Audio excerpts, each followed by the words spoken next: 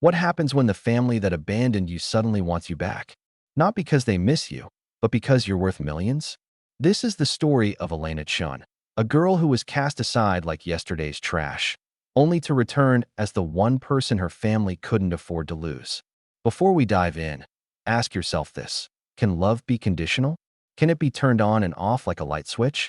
And more importantly, does wealth really change who deserves our affection? Picture this: a cold December morning in 2019, outside a modest orphanage in Portland, Oregon. 7-year-old Elena stood at the window, watching her parents drive away with her new baby sister, Sophia. They'd adopted Sophia 3 months earlier, a bright-eyed infant who seemed to erase Elena's existence overnight. Her parents had explained it simply, with the kind of brutal honesty that destroys children. Sophia was easier to love.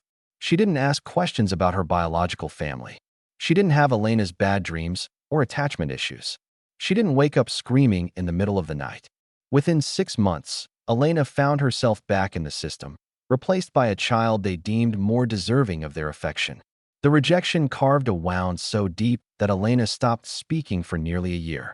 Child psychologists at the orphanage noted in her file that she'd developed selective mutism, a trauma response to abandonment so severe that she could only communicate through written notes. The statistics on failed adoptions are staggering and rarely discussed. According to the U.S. Department of Health and Human Services, between 1 and 5% of adoptions disrupt before finalization, but an additional 10% dissolve after legal finalization. These children, labeled as having special needs or behavioral issues, are often simply traumatized kids who needed patience and professional support. Elena became one of these statistics, another number in a system that had already failed her once when her biological mother, struggling with addiction, surrendered her at age 4. By 7, she'd experienced 2 complete family rejections. Most children don't recover from that kind of trauma. Elena's story could have ended there, another cautionary tale about the foster care system's failures. But here's where the story takes an unexpected turn. Elena was fostered by Margaret Liu, a 72-year-old retired patent attorney with no children of her own and a reputation for being difficult. Margaret had spent 40 years working in intellectual property law, helping inventors protect their innovations. She lived alone in a cluttered San Francisco apartment filled with law books, invention prototypes, and stacks of scientific journals. She hadn't planned to foster anyone, but her neighbor, a social worker, practically begged her to take Elena temporarily. Margaret agreed to 3 months. Those 3 months turned into 11 years. Margaret wasn't warm or particularly nurturing in the traditional sense. She didn't do bedtime stories or help Elena process her feelings. But she was brilliant, and she saw something in Elena that others had missed: a mind that absorbed information like a sponge and a resilience that couldn't be taught. While other foster parents might have focused on Elena's trauma, Margaret focused on her potential. She homeschooled Elena in her cluttered apartment, teaching her not just standard curriculum, but critical thinking, patent law, and the foundations of scientific inquiry. Margaret's philosophy was simple: the best revenge against people who underestimate you is competence. By age 12, Elena was taking college-level courses online through MIT's OpenCourseWare program. She devoured mathematics, computer science, and biology with an intensity that bordered on obsession. Margaret recognized this wasn't just academic interest, but a form of self-protection. Elena was building an identity separate from the rejected child she'd been. By 16, she'd earned early admission to MIT with a full scholarship. Margaret attended her high school graduation ceremony, the only person in the audience when Elena's name was called. That image, a single elderly woman standing to applaud while hundreds of parents cheered for their own children, became Elena's motivation for everything that followed at MIT. Elena found her calling in the intersection of artificial intelligence and medical diagnostics. She'd watched Margaret struggle with a late-stage cancer diagnosis during Elena's sophomore year, a cancer that could have been caught earlier with better screening tools. Margaret survived, but the experience planted a seed. What if there was a way to make early cancer detection accessible and affordable? What if technology could save lives that the healthcare system was too slow or too expensive to protect? Elena threw herself into research, spending 18-hour days in labs, collaborating with medical students and engineering professors.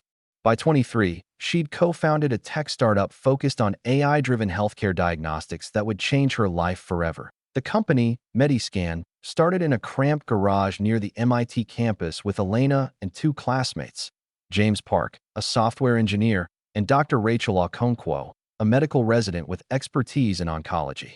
Their vision was audacious: create a portable diagnostic device that could detect early-stage cancers through a combination of blood analysis, thermal imaging, and AI pattern recognition. Venture capitalists laughed them out of meetings. Medical device companies dismissed them as naive. But Elena had learned from Margaret that persistence beats talent, and she refined their prototype with an obsessive attention to detail that eventually caught the attention of a small angel investor willing to take a risk. The breakthrough came in 2021 when their portable diagnostic device detected early-stage pancreatic cancer in a clinical trial participant who'd had a clean bill of health 3 months earlier. Follow-up testing confirmed Mediscan's diagnosis. The patient received treatment immediately and went into remission. Word spread through medical communities like wildfire. Here was a device that detected one of the deadliest cancers, known for being asymptomatic until late stages, with 94% accuracy. Major hospitals lined up for contracts. Johns Hopkins, Mayo Clinic, and Massachusetts General Hospital all wanted pilot programs. Venture capitalists who'd rejected them 18 months earlier now fought for investment opportunities, offering terms that would have seemed impossible during their garage days. Within 18 months, Mediscan was valued at $800 million, and Elena, as co-founder and chief innovation officer, held a 40% stake. The girl who'd been returned like a defective product was now worth over $300 million. Forbes featured her in their 30 Under 30 issue with the headline, "The Orphan Who's Saving Lives." Tech journals called her a visionary. Medical conferences invited her as a keynote speaker. But Elena, who now went by her chosen name Elena Liu in honor of Margaret, hadn't forgotten the family who'd discarded her. She kept a photograph in her office, one of the few items from her childhood, the Chin's family portrait from 2018, taken 6 months before they sent her back. In the photo, 7-year-old Elena stands slightly apart from David and Amanda Chun, her smile forced, already sensing she didn't belong. The Chins, meanwhile, had built their life around Sophia in a middle-class suburb of Portland. David worked as a bank manager, Amanda as an elementary school teacher. They threw elaborate birthday parties for Sophia, documented every achievement on social media with hashtags like Blessed and Proud Parents, and poured their modest savings into piano lessons, private schools, and college prep courses. Sophia was their golden child, their pride and joy, their redemption for whatever guilt they'd buried about Elena. They told friends that their first adoption just didn't work out, as if Elena had been a failed business venture rather than a traumatized child who'd needed them.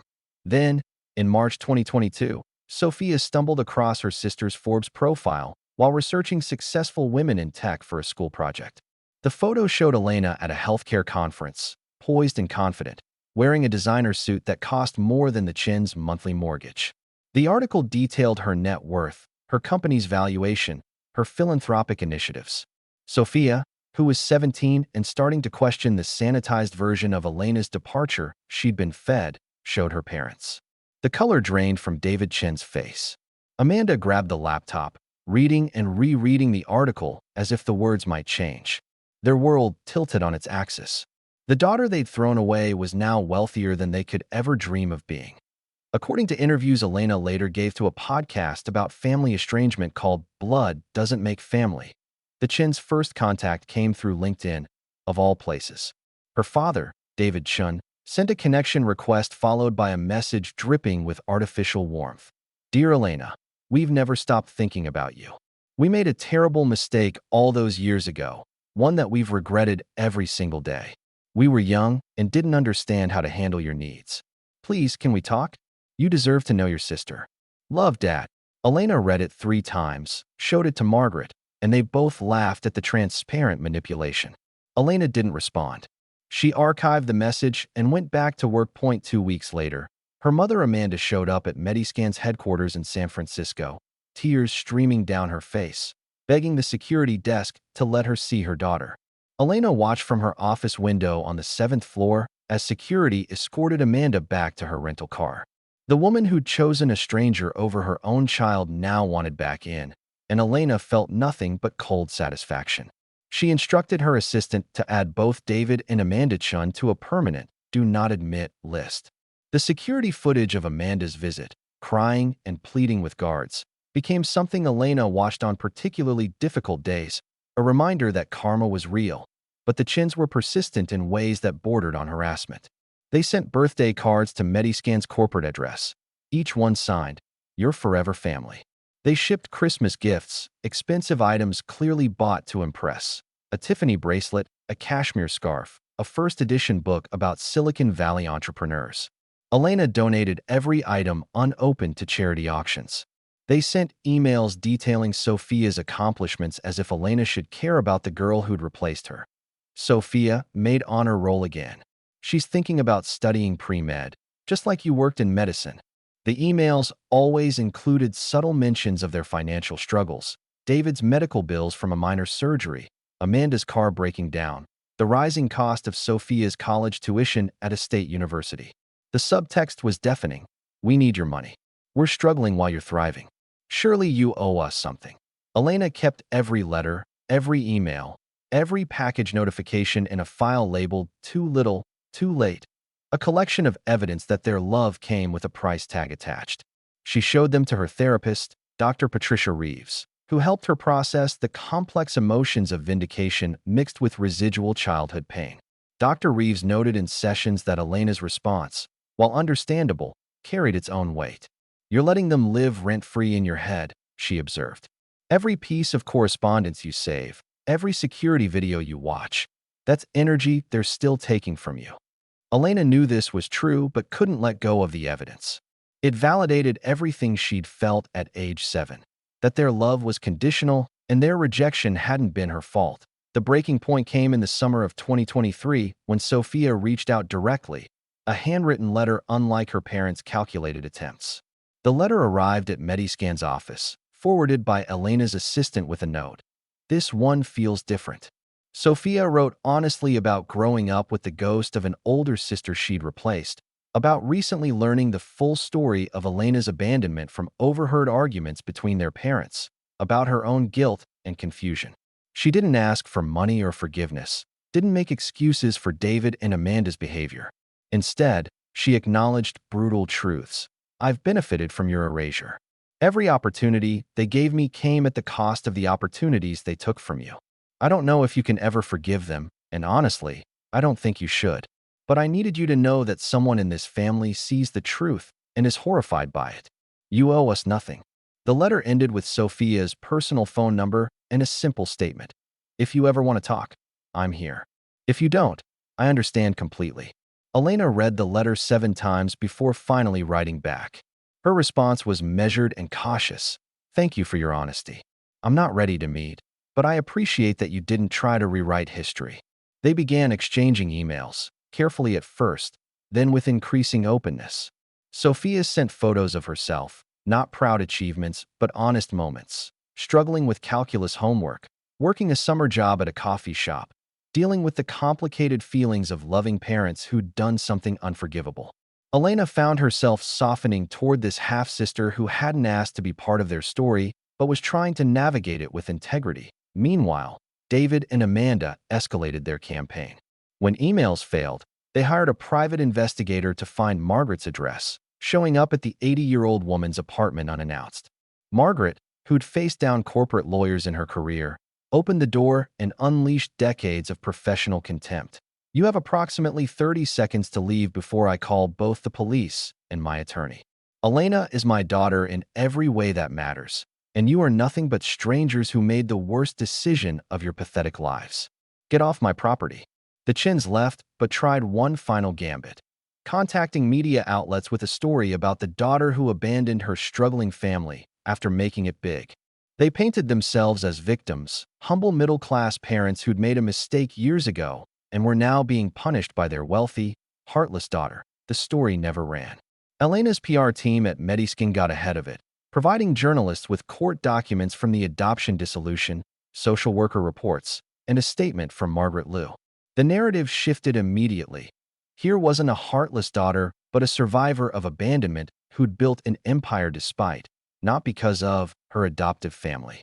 One journalist wrote, "The Chins didn't lose a daughter. They returned one, and now they're shocked she's not on clearance anymore." So what's the moral of this story?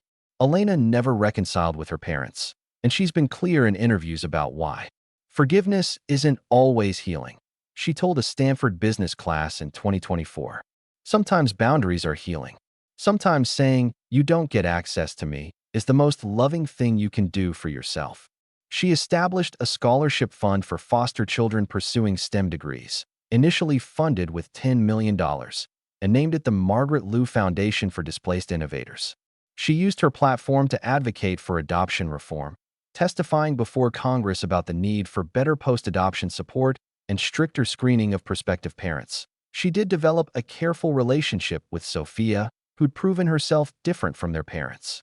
They meet quarterly for lunch, and Elena funded Sophia's medical school education on one condition: that Sophia never tell their parents. "This is between us," Elena explained. "They don't get to take credit for my generosity." As for David and Amanda Chun, they learned the hardest lesson of all: that children aren't interchangeable, that love can't be switched on when it's financially convenient, and that some bridges, once burned, can never be rebuilt. Elena's success wasn't revenge, it was validation that she'd always been worthy, with or without them. That if this story moved you, hit that like button and drop a comment sharing your thoughts on second chances and family loyalty. And subscribe for more real-life stories that'll make you think twice about what really matters. Because sometimes, the best revenge isn't anger, it's becoming everything they said you'd never be.